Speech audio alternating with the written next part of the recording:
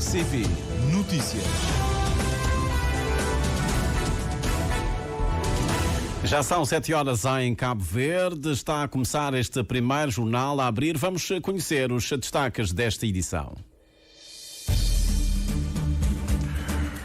Dia Internacional da Língua Materna celebra-se hoje. O presidente do Instituto Pedro Pires de Estudos Cabo-Verdianos da Universidade de Bridgewater diz que a música deve ser considerada a principal aliada no processo de oficialização. A deputada Lúcia Passos é presidente interina do Parlamento Pan-Africano, apela desde a África do Sul à ratificação do protocolo de Malabo, que manda avançar para eleições diretas ao Parlamento Pan-Africano. A plenária da Assembleia Nacional volta a estar reunida a partir de hoje e abre com o debate com o Primeiro-Ministro sobre boa governança, tema proposto pelo MPD. O fortalecimento e reforço da resiliência de Cabo Verde a ciberataques é o principal objetivo de uma formação em literacia digital e cibersegurança que começa hoje na Praia. Um provedor de justiça reúne-se com o bastonário da Ordem dos Médicos em agenda queixas de utentes e o projetado decreto-lei que atribui à ERC, entidade reguladora independente da saúde, a regulação dos preços máximos de cuidados nos estabelecimentos privados de saúde.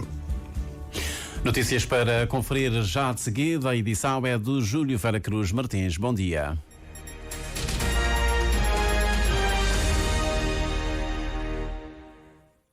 Votos renovados de bom dia. A situação humanitária na faixa de Gaza é catastrófica. O Programa Alimentar Mundial acaba de suspender a ajuda a essa região devido à falta de proteção dos membros da organização. O Irão acusou Israel de ser responsável pela destruição da rede de gasodutos e de várias outras infraestruturas. Teme-se que agora a crise entre Israel e o Hamas na faixa de Gaza possa ter outras consequências. O secretário norte-americano encontra-se no Brasil para acalmar os ânimos entre o presidente Lula da Silva e Israel. O líder do Hamas está a chegar hoje ao Egito para mais uma tentativa de um cessar-fogo. A música deve ser considerada a principal aliada no processo de oficialização da língua cabo-verdiana e que contribui para a convivência harmoniosa das variantes de todas as ilhas. É um recado desde os Estados Unidos do diretor do Instituto Pedro Pires de Estudos Cabo-Verdianos da Universidade de Bridgewater. Repara, por que está hesitado nunca, a hora que não está falando de música de Cabo Verde, sabendo uma lei nos línguas que está? Nunca tem nenhuma hesitação lá. Na música de Cabo Verde, ninguém está põe nenhum tipo de questão à volta de variedade. Repara, Guinness de Fogo está lá abaixo, São Vicente está fazendo Morra, Boa Vista está fazendo Céu. Lá, ninguém está falando nada, você pode? Ou ninguém que quer mexer com a instituição música.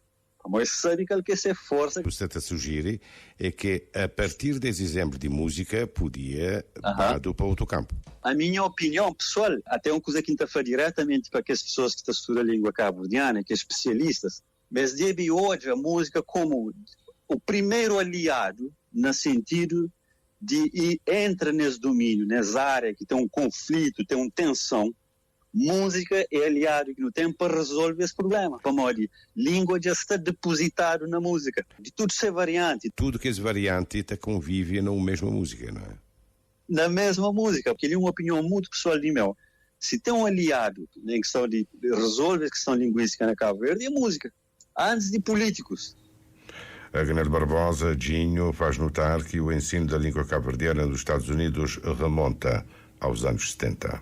Esse caminhar para desenvolver com outros tipos de iniciativa, concretamente na Universidade de Kinsta, já tem mais de 5, 6, 7 anos que língua cabo-verdiana é uma disciplina de um curso normal, regular na universidade, e este é integrado também no minor nos estudos cabo-verdianos, que é o primeiro programa académico do género na universidades no mundo. Chega no momento que não está conseguindo pôr no sistema educativo, para que os meninos que estão assim na marca tenham acesso a isso, é fundamental. E em relação àquela geração antiga, se acontece uma coisa ali nos Estados Unidos que acho que era importante mencionar, que é interesse cada vez mais, um intenso interesse de aquele grupo de população lá, no sentido de começa a ter cada vez mais exposição à língua. Nesse momento, nós, por exemplo, na universidade, não temos programas específicos nas certas comunidades, sobretudo já não começa na região de Cape Cod, que é uma zona antiga que cabo-verdianos sempre reside, na aulas de língua cabo-verdiana. É preciso hoje, para que as experiências de hoje,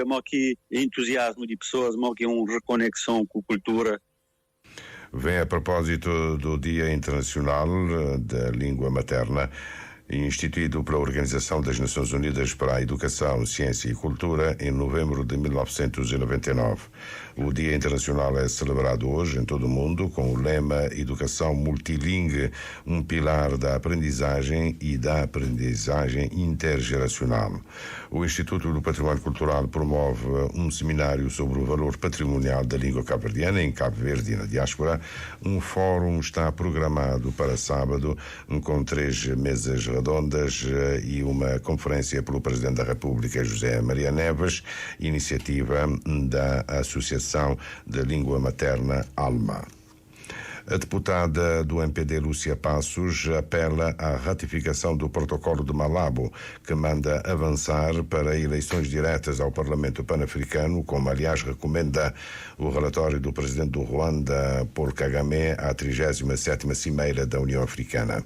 O apelo da terceira vice-presidente do Parlamento Africano ganha agora mais força, porque é desde ontem presidente interina do Parlamento Pan-Africano, nomeada por deliberação dos chefes de Estado, uma forma de superar a crise provocada pela interrupção nos países de origem dos mandatos dos membros da presidência do Parlamento Pan-Africano, salvo o caso de Lúcia Passos, cujo mandato termina em julho de 2025, um ano antes das legislativas em Cabo Verde.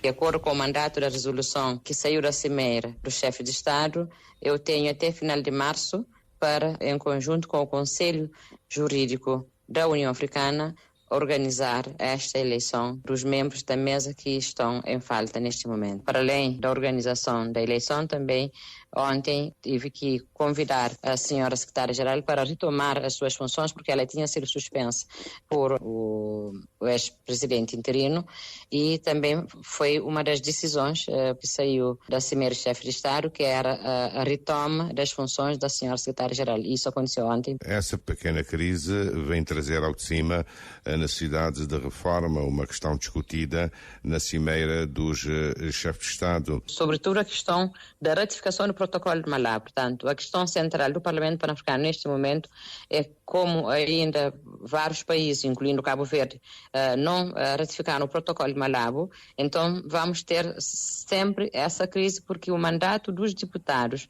não coincide com o mandato do Parlamento Pan-Africano. Então é preciso fazer a ratificação do protocolo de Malabo, que o protocolo vai permitir que o deputado que vem para o Parlamento Pan-Africano seja eleito na base, no país, diretamente para o Parlamento Pan-Africano, como acontece com o Parlamento Europeu. A Cimeira também recomendou esta profunda reforma, não é só a nível do Parlamento, mas é uma reforma a nível da União Africana, porque há a questão também da sobreposição das funções, porque uma das funções que nesse momento a Corep, que é os embaixadores estão a desempenhar, essa função é do Parlamento Pan-Africano, porque quem deve aprovar o orçamento da União de acordo com o protocolo de Malabo, o Parlamento Pan-Africano, quem deve fiscalizar a execução das atividades da União, a nível da Comissão Executiva, portanto, das subcomissões, deve ser o Parlamento Pan-Africano. Mas o Parlamento não faz esse trabalho, exatamente porque o protocolo ainda não foi ratificado.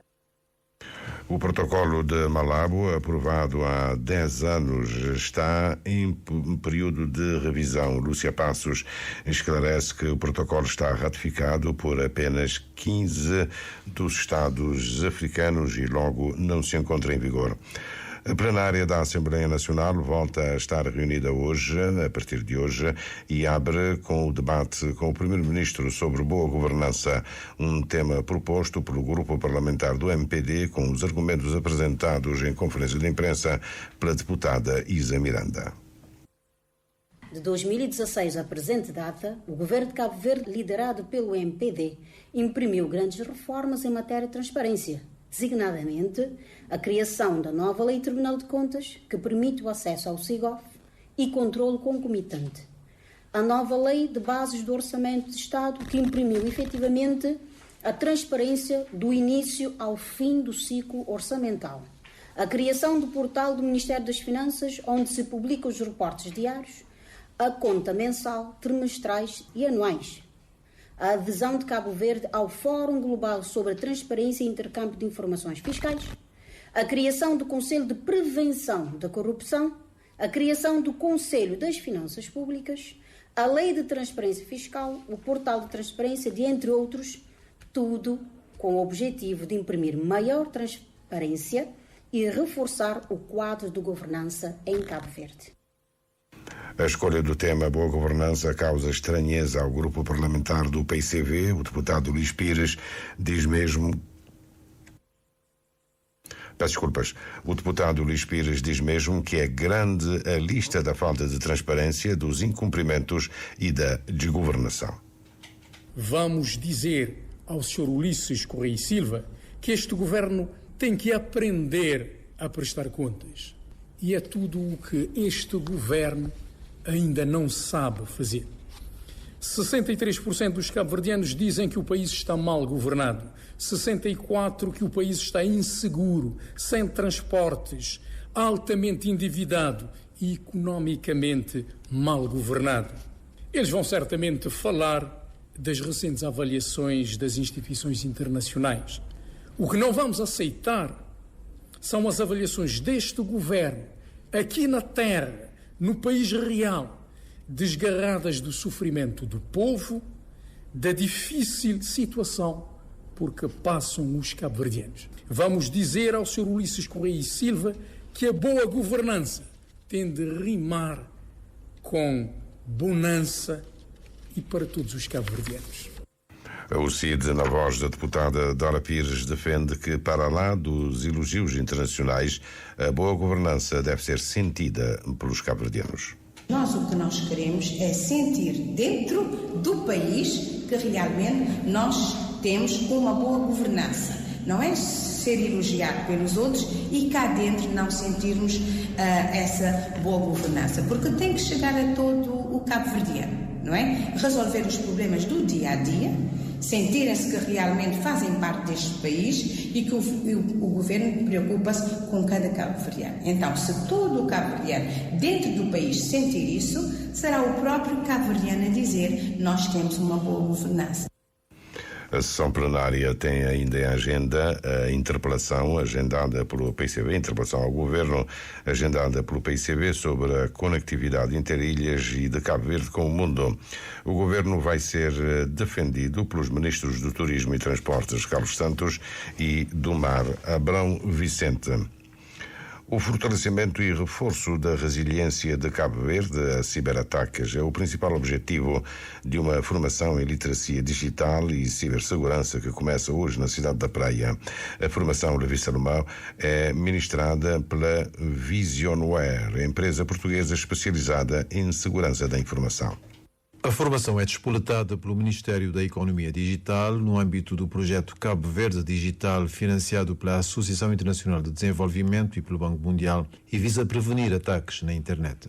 É uma ação de formação vocacionada para as instituições públicas que são relevantes para a estabilidade do país, na ótica de reforçar, melhorar e evoluir o nível de maturidade no que respeita à segurança e à cibersegurança e a sua capacidade de resiliência a ciberataques em Cabo Verde. E, portanto, é uma ótica muito de reforçar a literacia digital, sim, mas muito na ótica da cibersegurança. Bruno Castro é um dos responsáveis e fundador da Visionware, empresa portuguesa especializada em segurança de informação, encarregue de organizar a formação para o especialista. Aposta na literacia digital e cibersegurança. Confirma o alinhamento de Cabo Verde aos padrões de qualidade internacionais, crucial para as pretensões de se transformar numa plataforma digital na região. Cabo Verde, no meu entender, e nós conhecemos grande parte da África e das grandes referências normativas que são aplicadas na União Europeia, eu diria que Cabo Verde segue exatamente aquilo que nós mais exigimos, ao mais alto nível, nas entidades portuguesas ou europeias e, portanto, estamos a aplicar as mesmas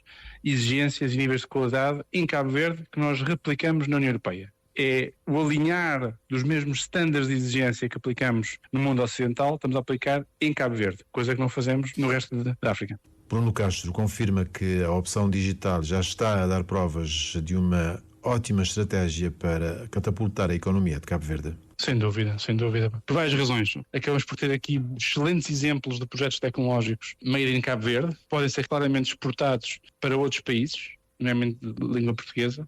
Temos bons exemplos e bons casos de sucesso de projetos desenvolvidos dentro de Cabo Verde por entidades cabo-verdianas que podem ser replicados para fora e porque no fim do dia também conseguimos ter aqui, em termos geográficos, em termos geoposicionados, uma relação muito próxima com a Europa e que favorece claramente que toda a componente digital possa ser aqui um peso muito interessante para quer empresas europeias se posicionarem em Cabo Verde, porque tem aqui pessoas e recursos humanos muito valiosos que podem ser aproveitados para o mundo digital. Portanto, eu acho que sim. Aliás, nós somos prova viva disso, porque nós também apostamos em montar uma operação em Cabo Verde com pessoas cabo-verdianas que trabalham daqui para o mundo. A formação em literacia digital é ministrada por técnicos da Visionaire, dirigida a entidades públicas a nível sénior, decorre de hoje até terça-feira no Parque Tecnológico da cidade da Praia.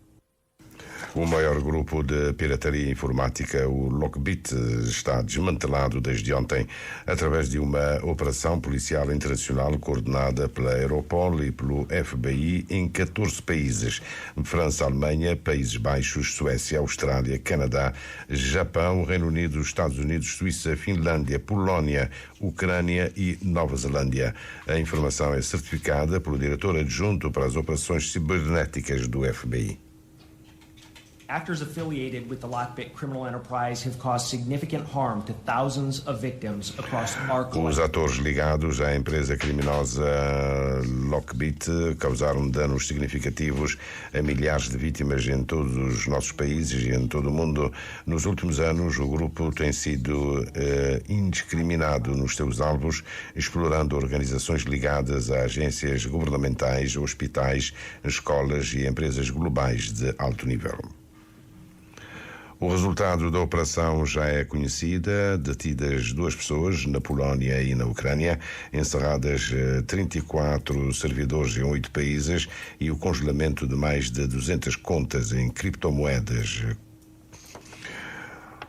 O provedor de Justiça reúne-se esta manhã com o bastonário da Ordem dos Advogados, dos Médicos, peço desculpas, sobre a mesa queixas de utentes do sistema de saúde e o decreto-lei que atribui à entidade reguladora independente da saúde a competência para regular e fiscalizar o preço de prestação de cuidados de saúde em estabelecimentos privados.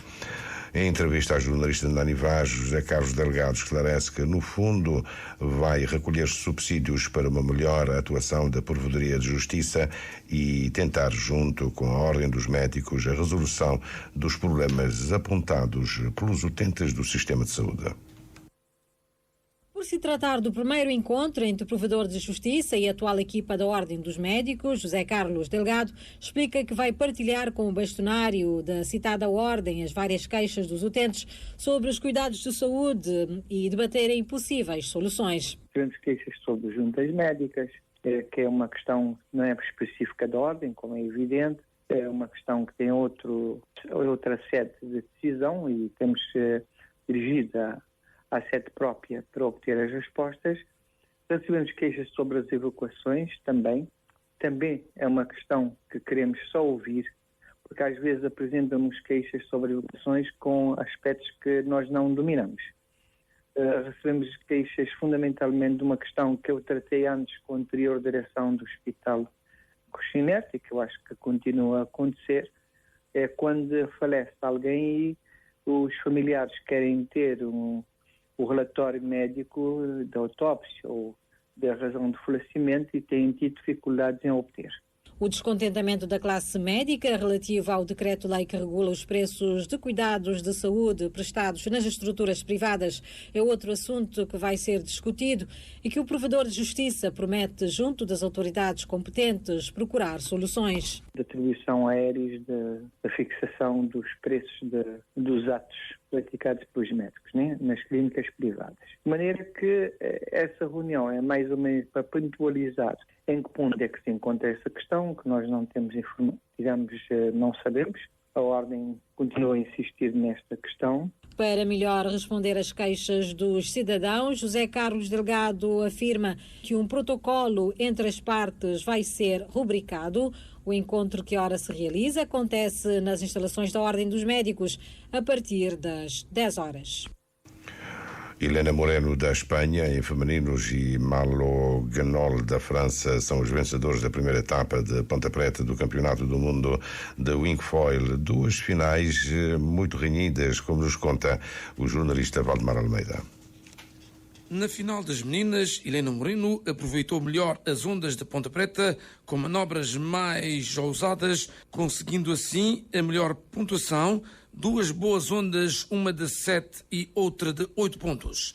Apesar de algumas dificuldades, Helena destronou Mona White. Foi duro, Foi duro, mas muito satisfatório ao mesmo tempo. A bateria foi difícil porque nestas condições tinha que estar muito atenta ao conjunto de ondas e com todos os meus sentidos bem apurados para poder tomar decisões muito rápidas. Na verdade, foi uma final incrível, num sítio maravilhoso, com gentes com boa vibração. Estou muito contente e, na verdade, estou encantado de estar aqui. Sorte minha. Encantada de estar aqui, la verdad, una suerte. Na final masculina, o norte-americano Kesh Berzola e o francês Malo Ganol disputaram o primeiro lugar do pódio. Ambos conseguiram, no início da bateria, uma boa pontuação, 8,63 e 8,67. Num hit renhido, os dois voltaram a ter uma pontuação muito próximo de 7,33 e 7,47. Uma vantagem para o francês de 18 centésimos da diferença. Já na ponta final da bateria, com uma onda pontuada em 7,53, Ganoli fechou as contas e conquistou o título 2024 da Wingfoil de Ponta Preta. Pontuação final 16,35 para o francês Ganoli e 15,45 para Kesh Berzola dos Estados Unidos da América. Isto representa muito, porque Ponta Preta tem boas ondas, por isso estou muito contente. Foi duro no início, mas depois consegui surfar boas ondas, o que é bom. Veja, elas são inacreditáveis. Eu nunca vi isto na minha vida. Em femininos, primeiro lugar para Helena Moreno, segundo para Mona White, terceira posição Suárez Dias, da Espanha, e quarto do pódio Van der Linden, dos Países Baixos. Em masculinos, primeira posição para Malo Ganoli, da França, segundo Kesh Berzola, terceiro Spencer, do Canadá, e o quarto Van Vueren, dos Países Baixos. A diretora executiva da administração do MCC, o programa Desafios do Milénio, programa norte-americano, Alice Albright, já se encontra na cidade da Praia, visita o Parque Tecnológico de Cabo Verde e já amanhã vai iniciar as discussões com o vice-primeiro-ministro Olavo Correia sobre o figurino do primeiro compacto regional. Já no fim, Carlos Santos, de improviso é fácil fazer um noticiário na crioula. Muito bem, Júlio Vera Cruz Martins, quando já passar cerca de 24 minutos de 7 horas, te ficar para ali essa primeira edição, aliás, edição de primeiro jornal para esse quarta-feira, hoje, Dia Internacional de Língua Materna.